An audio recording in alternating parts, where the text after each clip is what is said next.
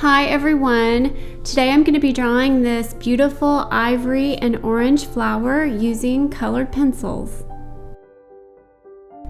Here you can see me getting started on the center petals of the flower. I was drawing this on Legion Rising Museum Mount Board 2-ply, and I used a combination of several different brands of pencils.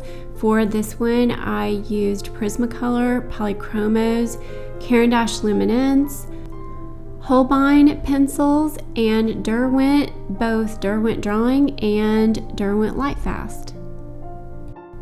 You're also going to be watching me use a couple of different methods for blending. I used some Copic markers as well as a solvent, which was Utrecht Nude Odorless Paint Thinner. And here you can see me basically just getting everything outlined. I separated this out into segments. I have this entire center. There's the very center, there's the inner center, and the outer center, because I'm going to be working on some big, beautiful white flowers on the actual outer edge. So it helped me to break that down. And I started off here by just working around this outer center. These were really bright, orangey, red petals. And then as I move into the center, you're going to see me mix in some green. And then, of course, in the very center, it's going to be a brighter green surrounded by black. One of the things that you're going to want to keep in mind if you want to draw something like this is that the shadows are actually quite dark. You'll see me using a combination of some different browns. I had Derwent Lightfast Natural Brown. I also had a Derwent drawing pencil that was chocolate brown, and a few other browns in here as well. Then I had some Indian red and sienna brown for when I needed some more reddish tones in those shadows. The main colors that I used for the brighter parts of these petals were apricot and orange from Luminance, and also some cadmium orange from Polychromos. And you'll see me mix in some white and go over the petals with white where I wanted to lighten them up. But you don't need a ton of different colors. There you saw me bring in that marker. One of the main colors that I was using was dark orange from Derwent Lightfast, and that's definitely one of the essential pencils that I needed or relied on for this drawing. And then of course my colors will change quite a bit when I move into the bigger white petals around the edge. I worked on these one by one just to make sure I could find my place, and I will say that this part in particular was definitely the most tedious part of this entire drawing. All of these tiny little orange flowers, again, just did get really tedious. It's the time to bring out an audiobook or turn on a movie or something just to help you maintain your focus. But I just worked through them. And once I moved on to the rest of the drawing, things really did go along at a much easier pace. The entire drawing altogether took me around 30 hours. This is a large drawing, and working with colored pencils does tend to be a pretty slow process. I have to cover all of the areas on this paper using just this tiny tip of a pencil. So as you see me moving into the center, you're going to see me bringing in some of the greens, and particularly Prismacolor Lime Green was one of the main colors, and then also some of the May Green from Polychromos. And then I'm working in quite a bit of black into the shadows. And I really love my black polychromos for this purpose because the polychromos pencils hold this really nice point, so I can get some sharp definition around these petals. And I think that really sharp definition, if you look at this drawing as a whole, that was one of the key factors to just making this look nice and 3D, really fluffy almost. Lots of different layers.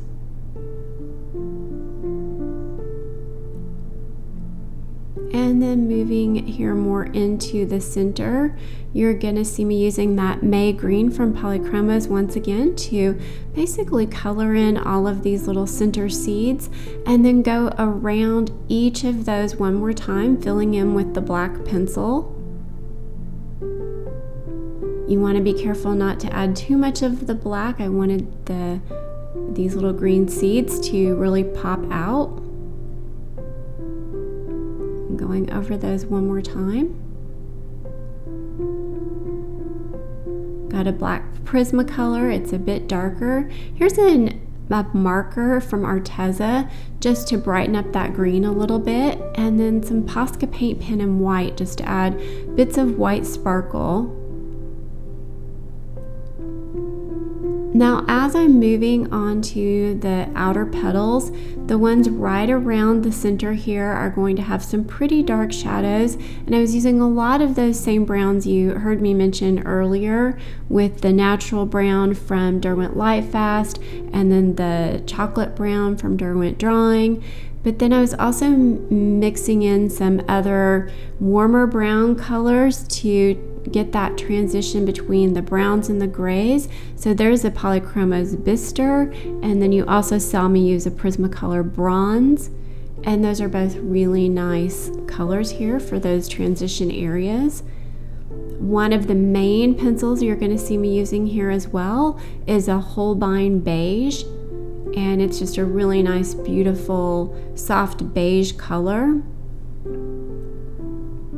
And then for the actual petals themselves, the veins or the contour lines that you see in there, I am mainly using Holbein warm grays, and I used warm gray 1 through 6, depending on how light or dark I could see the shadow areas on these white petals.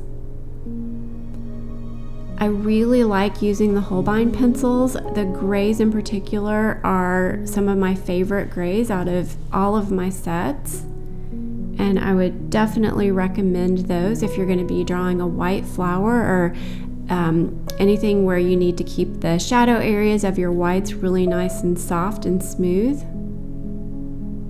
There's a great range. Another brand that has a great range of grays would be your Prismacolor pencils.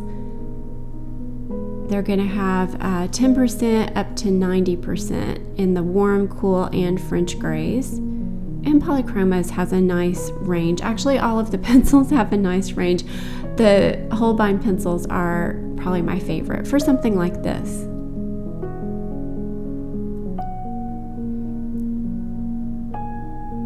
Doing a lot of blending with that white Prismacolor pencil. I had 2 or 3 of those always sharpened at any given moment so that I could go over and really smooth things and blend out with those. And then the other thing that I want to talk about some here is the use of markers in combination with the colored pencils. The 2 main markers you'll see me use here are the Copic markers in 00 and 0 warm gray, and then I also used a 00 cool gray.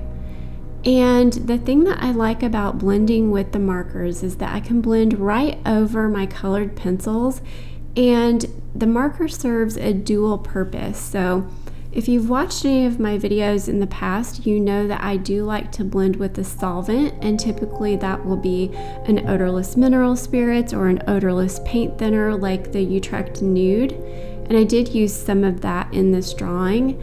The markers will do the job of a solvent and dissolve the pigment, but at the same time they're going to be depositing in this case, a tint of color here. So where I need just a very light tint of color to make these petals stand out, I can come over with that warm gray 00, and it's going to just again tint these petals so that I have a slight gray.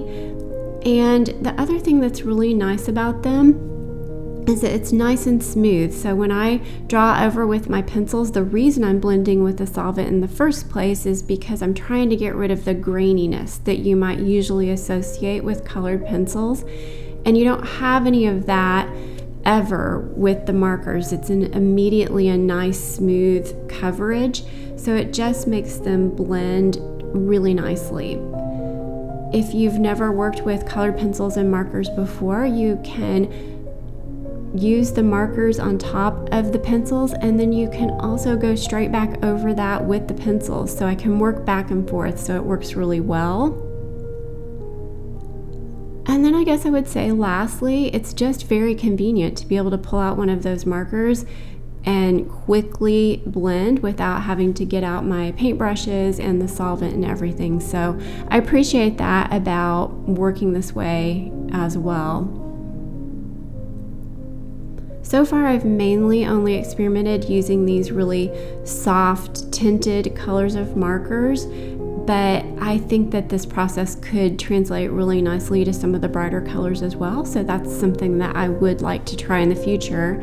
If you're thinking about switching or using markers in combination rather than solvent, I think the biggest drawback, or one of the things to consider, is it's quite a bit more expensive to use markers to blend than to use solvent to blend. Because, for example, a bottle of solvent that I bought 2 years ago, I'm still using, and I still have plenty left.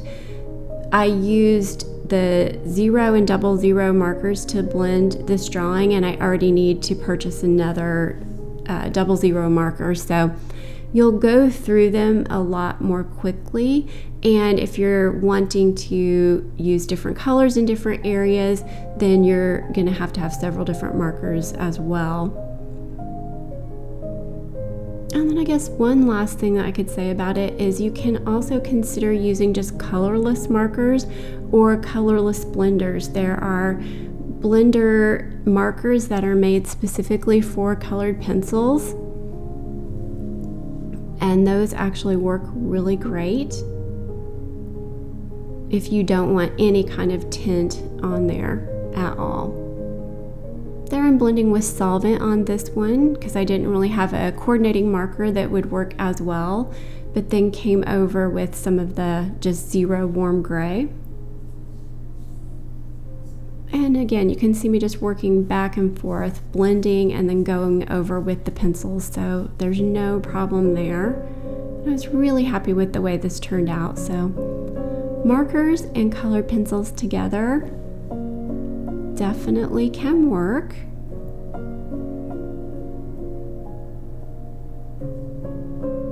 And if you have any questions about that process, definitely leave them in the comments for me, and I'm happy to answer those. But I would also suggest that you just experiment for yourself and play around with these different techniques and see how they work, because I think they work great, but it's very helpful to develop your own process.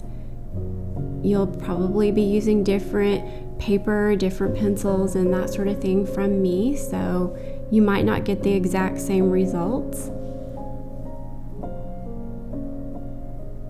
And I'm just continuing to work around the edge. The funny thing about these big white petals, they really didn't take that much longer than each of those tiny little orange petals that I was talking about earlier, how tedious they were. I found the process of drawing these white petals to be very easy and much more relaxing than the center.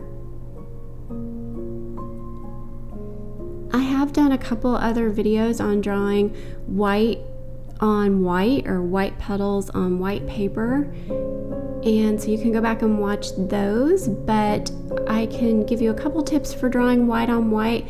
The main thing, this used to be a struggle for me until I realized that I'm basically just drawing the shadows. So if you can focus on looking to find out what the shadow color is and just filling that in, then going over everything with a white pencil, that is going to be the key. Got one last petal here, and this is complete. If you would like to learn more about my drawing process or about how I drew this flower specifically, I have a Patreon account with hundreds of drawing tutorials. I have created 5 different modules for this flower alone, so you can see exactly what I'm doing. And I would love to see you over on Patreon if that's something you're interested in. Otherwise, I will see you next time with another video here on YouTube. Bye, everybody.